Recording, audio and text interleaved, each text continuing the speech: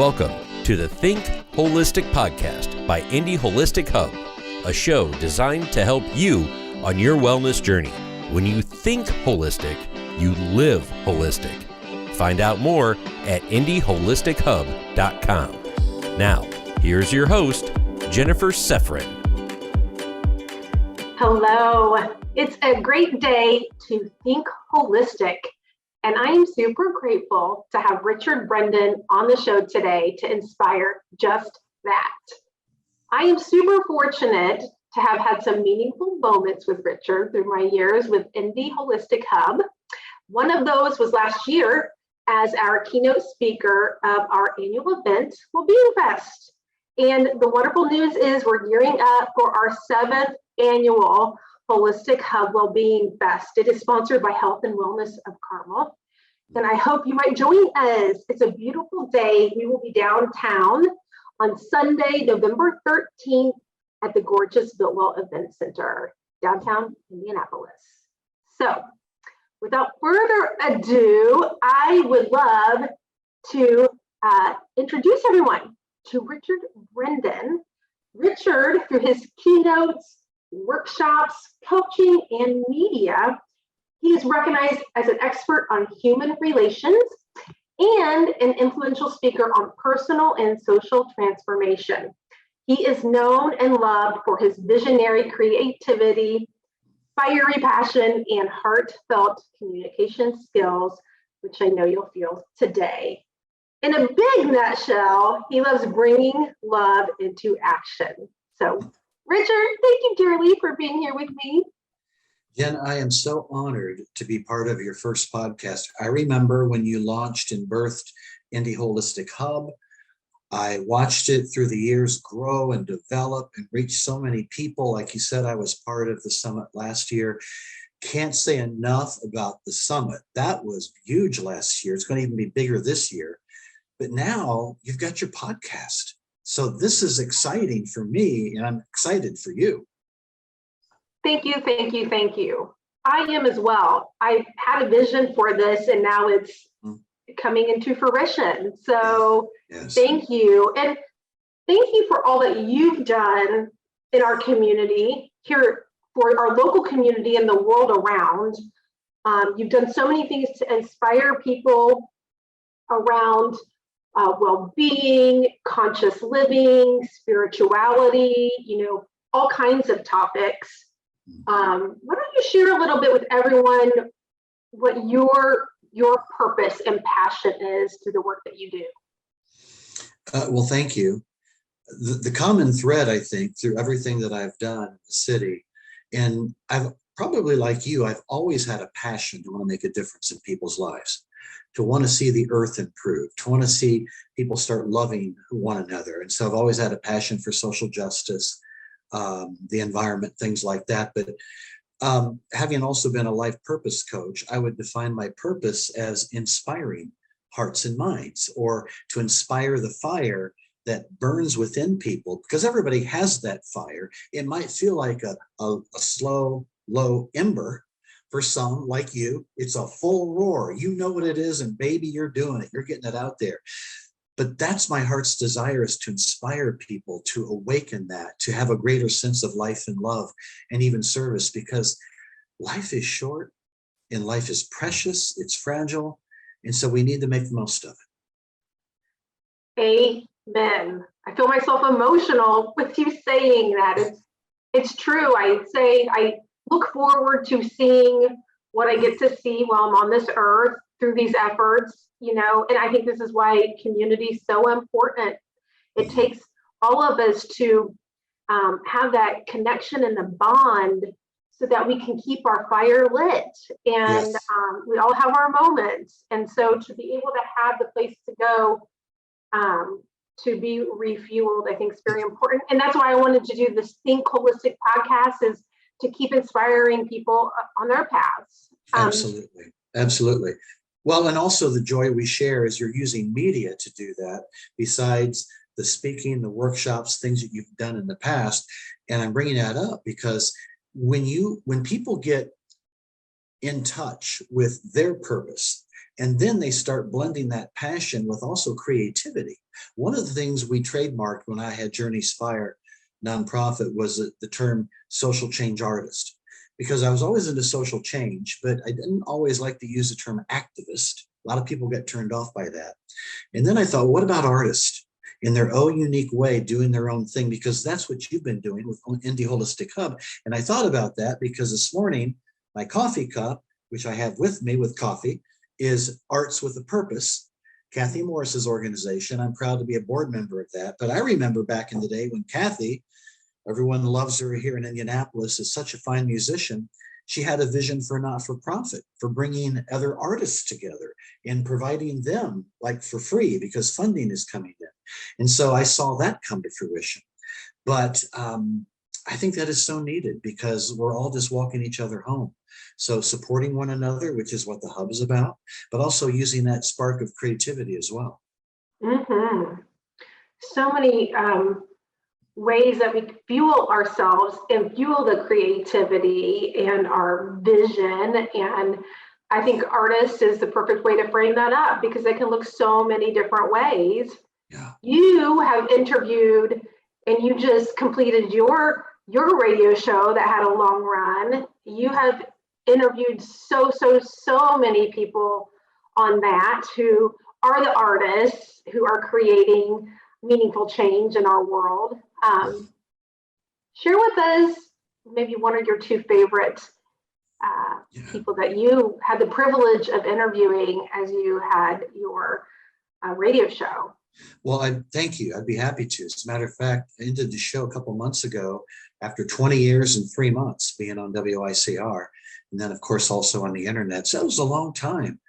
I never thought I would end it because I loved it so much. But one day I just knew, you know how that happens. You're just not even thinking about it. It's like, oh, it's time to launch this, or, oh, it's time to end that. But I was thinking about when I was closing the last few shows, like one of the people that was such a thrill for me, because then I had a chance to meet her when she came to Butler University. She asked me to come backstage to meet her, was the great Maya Angelou. I was so nervous about that interview. And that was probably maybe the 15th or 16th year. So I've interviewed a lot of people up until then, but she was one of my all-time favorites because she was a real deal. And you could tell it in her voice. When I met her in person, she reminded me of two questions I asked her, and that blew me away, talking about somebody who's so present, because she's always busy and probably doing a lot of interviews.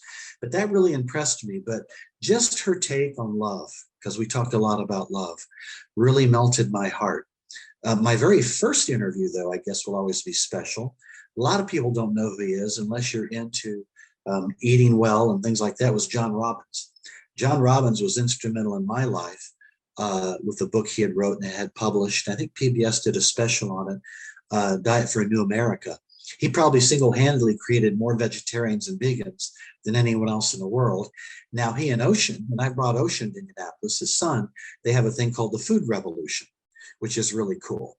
But John had been on eventually, I think, 3 different times, but that was the very first interview I did, 2002 in April on WICR. So those are the two that just stand out to me immediately. Congratulations. That's so awesome and amazing. You're on a path. I will say sometimes it's funny when you do this and you'll run into this, because the first year I had Don Miguel Ruiz on the show, and he had a book come out called The 4 Agreements. Well, he'd had a heart attack, a massive heart attack. So he was in recovery. So he agreed to come in as he was almost out of recovery. But I was so nervous because, oh my gosh, it's Don Miguel Ruiz, and I'm just starting to do this thing. And he had a thick accent. And when he started talking, I had sweat pouring down. Now, remind me, thank God we had radio. We didn't have video. I couldn't hear a word he was saying. So I started praying, God, just help me calm down. Help me understand. And literally within seconds, I could begin to understand what he was saying.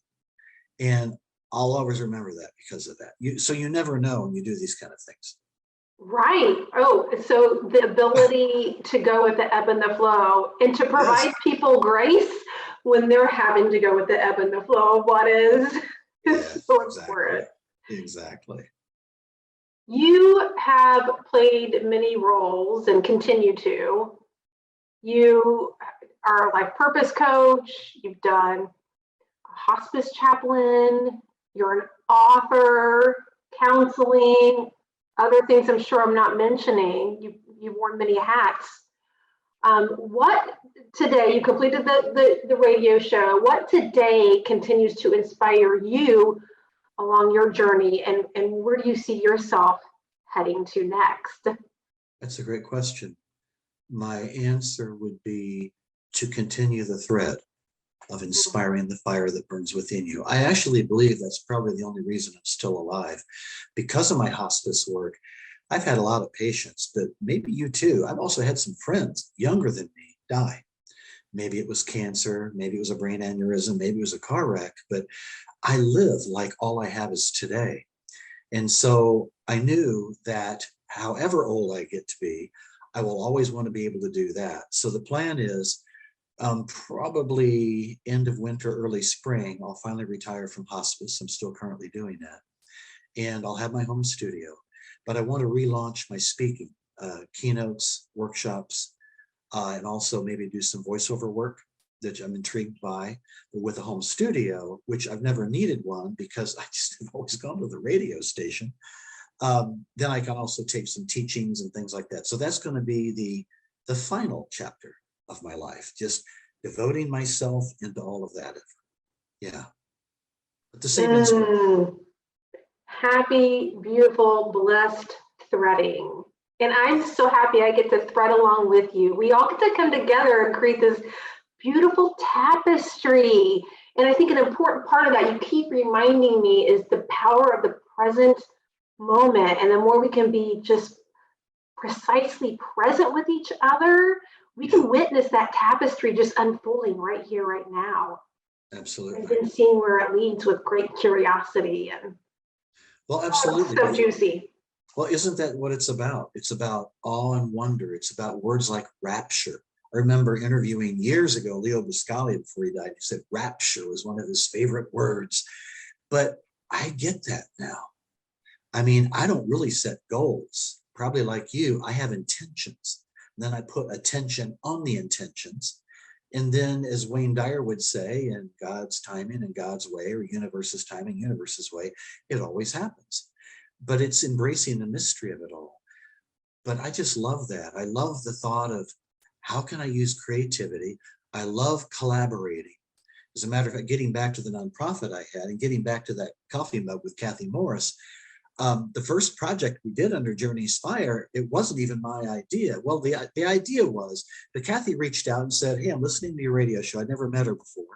And she said, I'd love to collaborate because Kathy's a collaborator. And I thought, what am I going to collaborate with Kathy Morris about? I'm not a singer. I don't really play an instrument. Then I thought about, well, what if we voiced, because I was falling in love with Rumi poetry at the time. And I happened to have Coleman Barks on the show, who was a top translator of Rumi. And then I was lucky to find, because he's an eccentric and hard to find, Daniel Ladinsky, who was a top translator of Hafez.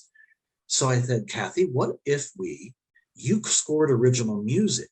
I got a female voice.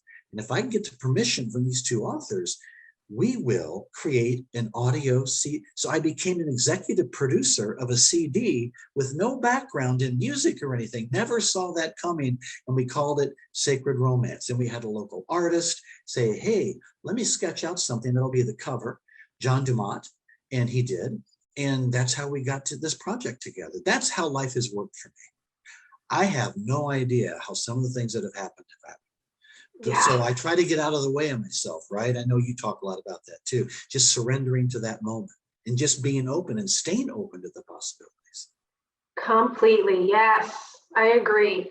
The glorious things that have happened to me are not the things I wrote down on a piece of paper, like you said, as a goal, or I think it should go this way or that way. It's the beautiful synchronistic things that come together and the people that come together, and then all of a sudden it's there.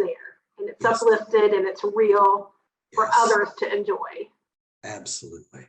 Absolutely. So part of the Think Holistic show is we really want to share tips for people on their holistic lifestyle journey. Mm-hmm. So I would love for you to share, I know you have some tips for us today. Share with us your first tip that you have for people to take away and to glean.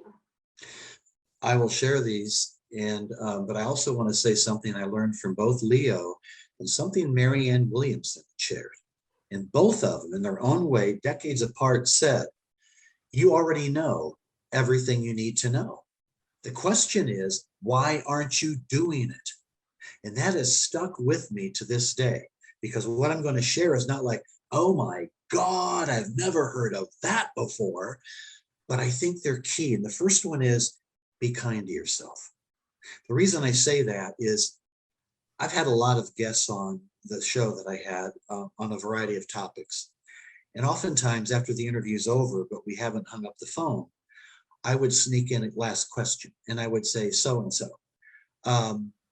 what do you really think is the number one need in this world? Now, they might have talked like Julie Butterfly Hill on environment, or Michael Beckwith talking about all the great teachings that he's done. But every one of them said, loving ourselves. We don't love ourselves. And that blew me away. And I thought, with all the teachings out there, with all the CDs, with all the podcasts, we're still not loving ourselves. And then it always takes me back to one of my all-time favorite books that everybody should have on their shelf, The Four Agreements, because it's such a simple and yet profound book about we make these agreements with ourselves somewhere along the line. They're often unconscious, and we're beating ourselves up all the time. So the number one tip is start being kind to yourself. As a matter of fact, Daniel Ladinsky, we would work back and forth through email when we were working on that Sacred Romance project. And I noticed in even one of his books on Hafez poetry, he had, as part of the salutation, instead of be well or warm regards, he would say, be kind to yourself, love to all. And that stuck with me. So I started using that back when I had a large database, which I should have kept. But I would say, be kind to yourself. And it was interesting because it was social workers or counselors who were on the databases say, hey, thanks for that reminder. So I would say to anyone watching us today, think about that. Are you really kind to yourself? What are you saying to yourself? And all of those, I don't know, 75,000 thoughts we think consciously and unconsciously in a 24-hour period. What are those thoughts that we're thinking? Because we need to start changing that around. There's plenty of tools out there, and you'll have guests on for future podcasts that will also help with that. But the first tip is be kind to yourself, no matter who you are, no matter what you're doing, because when you're kind to yourself, you feel comfortable in your own skin. And I know what that's like, because I often was not kind to myself. It's almost like, Yes. you don't really care anymore what people think, because guess what? They're not thinking about you. They're thinking about themselves. So be kind to yourself is tip number one. Do you have any thoughts on that first tip? And it's you talk about the four agreements being rather simple, and this concept being rather simple.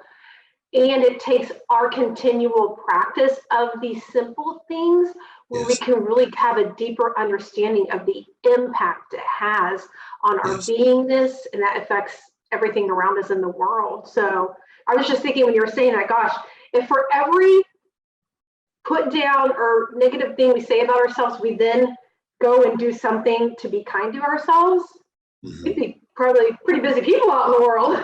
Absolutely. Absolutely. Leo often joked in his talks, and people can look him up on YouTube. A lot of people, younger people, don't know who Leo Buscaglia was, but at one point he had 6 books all on the top 10 list on the New York Times bestseller. He was like the Wayne Dyer of PBS years ago. But he used to say sometimes he'd have I love Leo days, where he would hug himself or buy himself a big piece of chocolate cake. And I thought, that sounds so goofy. I love it. So I'm starting to do some of those goofy things because it also helps you get you out of your comfort zone. Yeah, totally. Oh, I love it. Okay, you keep talking about be kind to yourself. And I know you've got a couple more tips. So yeah, I do. What is your second? The second one is very important to me. And that is ask, how shall I live knowing I will die? Because what I found first when I started working hospice, it was by accident I got into hospice. but I was smart enough through the years to pay attention to what the patients were teaching me. Now, since then, we've had buku books like Tuesdays with Maury. Tim McGraw won a Grammy for Best Song of the Year, Live Like You're Dying. A lot of people are getting hip to that. But again, a lot of people still aren't living that way. I found that if you could meditate, even for just a minute every morning on your own mortality, or say to yourself playfully like I do before I leave the door, Richard, you could die today. Because it's true. We don't know. We don't know. But when we do that, and the Buddhists have been teaching us for thousands of years, then the mind, the head knowledge of thoughts drops down to our heart, which I call illumination, from knowledge to illumination. And that's what starts making a change. So I started watching closely. And then, is it okay if I share just a few quotes? Because I collect quotes. Yes. But Abraham Maslow, a lot of people have heard of that name, Abraham Maslow. But this is a true story. Shortly after the famous psychologist Abraham Maslow suffered a near fatal heart attack, he wrote in a letter this. I found this absolutely cool. The confrontation with death and the reprieve from it makes everything look so precious, so sacred, so beautiful that I feel more strongly than ever the impulse to love it, to embrace it, and to let myself be overwhelmed by it. My river has never looked so beautiful.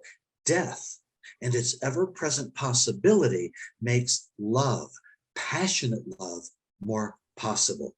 But then, when I was reading The Untethered Soul, best-selling book's been out for a long time now, Michael A. Singer says in that book, it's truly a great cosmic paradox that one of the best teachers in all of life turns out to be death. No person or situation could ever teach you as much as death has to teach you. Learn to live as though you are facing death at all times, and you'll become bolder and more open. If you live fully, you won't have any last wishes. So I always say in my talks, and say in the book, write in the book, love calls you to make death your constant companion, because the awareness of death helps you heal old wounds. It helps you lead a fearless and authentic life. And 3, refine your purpose in life. I guess those are 3 points too. But that's the second tip. How shall I live knowing I will die? Ask the question and then step away from it. Let it breathe a little bit and see what bubbles up. Profound. Wow. I'm imagining, I love how you gave some tips on how to draw that into your day. And I was just imagining even writing that question on a piece of paper, posting it up right wherever you spend your morning moment, or on the mirror as that reminder. And wow, beautiful. I love the quotes. Thank you so much for sharing that. All right. And so what's your third tip for us today? Third tip. Yeah, well, the third tip comes from one of my favorite teachers, and it's Ram Dass, who's passed away recently. He was the one that said, we're all just walking each other home. I mean, that ought to be a bumper sticker on everyone's cars, because it reminds me, no matter who we are, no matter what tribe we are, color of skin, what have you, we're all just walking each other home. But he's the one that coined, be here now. I mean, think about that. That is so simple. But my God, that is so profound. If we could have that understanding of be here now. Now, I'll try to make the story quick, but this is what happens when you lead crazy, busy lives. So if you're watching this right now, re-examine what you're doing, because it will kill you. If not physically, it will kill your spirit. It will kill your soul. Back in 2010, I was doing good badly. I was still working hospice full time, had a boatload of patients, still doing the radio show. I had committed to bringing Michael Beckwith here, and we had to raise money for the Michael Beckwith thing. There was a lot going on. And I just kept pushing. The whole, instead of thriving, striving. Well, long story short, come December, what does Richard do? Oh, he's getting ready to launch yet a new community thing with some people. I even had a board picked out. I'm at one of the board members' houses, December 15th, 2010, and I come down with amnesia. Michael Atwood, a dear friend of mine who's been on several boards for me, he used to have a show called Across Indiana on WFYI. He said, all I know is you went to the bathroom, you led the meeting, your speech got a little faster, you came out and you walked up to me, Richard, and you said, I don't know who I am or where I am. And your pupils were large. He rushed me to Community North Hospital. They diagnosed it at transient global amnesia. That's a catchphrase for basically saying stress caused you to shortchange your mind. I was out for about maybe 12, 13 hours in this bed. Happened to call a friend. I don't know how I did it, and she called all four of my kids. I remember waking up and they were all against the wall. But again, making a longer story short, when I finally came around, kids have left. I felt like I had spiritual surgery on my brain. And two things happened. This is when my friend Jay was still with me before she had left to take care of my dog. All of a sudden, I started laughing uncontrollably because I was thinking about a guest I had on. I can't even think of his name now, but at the time he was president of Unity Worldwide, and he was doing consciousness and business stuff. So a guy I really liked, by the way, he was a real deal. But all of a sudden I thought about him, and he was part of this transformational leadership group, which was really big on the West Coast. Deepak and Marianne and Michael, and all of them were a part of that. Well, he was a part of that. And I said, well, who made him a transformational leader? What about that lady I saw in that nursing home last week that had the deepest blue eyes and she looked like a saint, but nobody was even recognizing her? What about her? And all of a sudden, I just started laughing and laughing how we take our spirituality so seriously when in any given moment, everything we think that is serious could easily be a Saturday Night Live skit. I mean, what's really important? Jay left. I had calmed down. It was about 6 a.m. at Community North. I happened to have a room by myself. And that's when Spirit spoke to me. 8 times now I've documented it. It's such a profound feeling. It's an energetic hit, but it feels like a voice. It's always a phrase. Then I get to download. And Spirit said, stop. It's time to stop. And even saying it now, I had tears rolling down my face because I was exhausted. And all of a sudden, what came to me was, Richard, stop planning, stop strategizing, stop overworking, stop all these lists of things. I got released late in the morning. I went back to my house first, and I sat on my floor where I had all these books. And 2 times this has happened. This is the second time. There was a book I kept staring at, and I was drawn to pull it out of the shelf. And I chuckled because it was a book that was a bestseller. I wanted to read it, tried to, didn't really get it, put it back on the shelf. I opened that book, I read it, and I finished it in a day and a half at most. It was called The Power of Now. Eckhart Tolle, question and answer, question and answer. And there was one particular question, I don't have it with me now, but it hit me hard.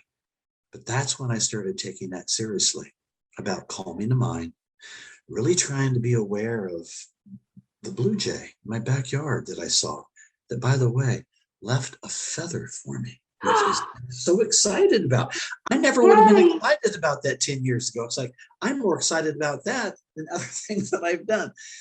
So be here now. And there's plenty of meditation tools. I know you guys often talk about it in the hub and the various things you offer, but that's the third tip, is just learn to be present, because life goes by so fast. And it truly does. Blink of an eye.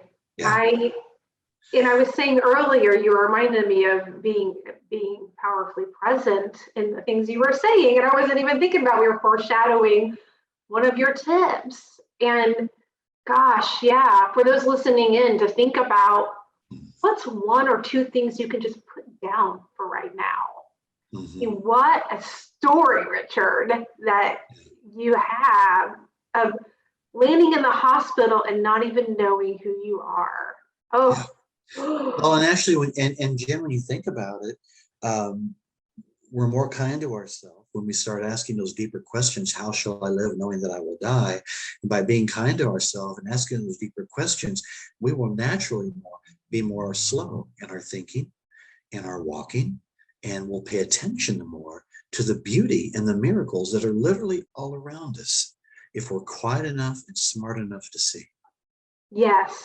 Yeah. And by doing those 3 things together, they will fuel each other. Yes. Yes. yes, yes. So again, for you listening in, one, be kind to yourself. Be super kind. Be extra, extra, double kind to yourself. Ask yourself each day, how shall I live knowing that I will die? And thirdly, be here now. Thank you, Richard, for being here with me right now. And I'm thankful for those who are listening in with us, whether it's right here, right now, or they're listening to this podcast months down the road.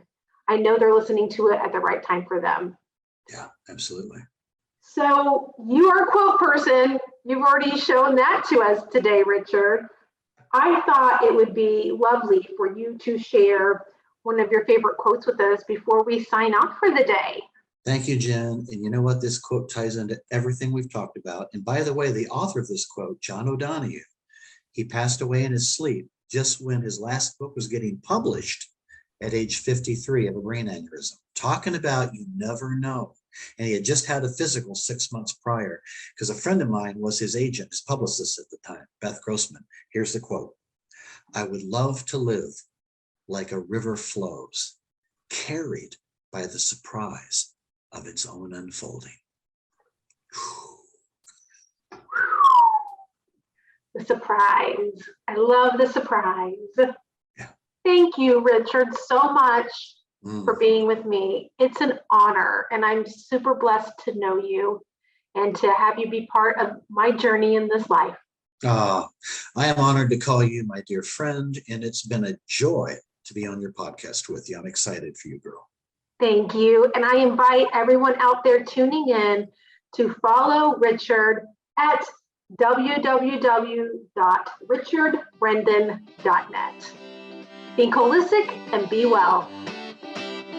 Thank you for listening to the Think Holistic podcast by Indy Holistic Hub, a show designed to help you on your wellness journey. When you think holistic, you live holistic. To find holistic professionals near you, go to indyholistichub.com.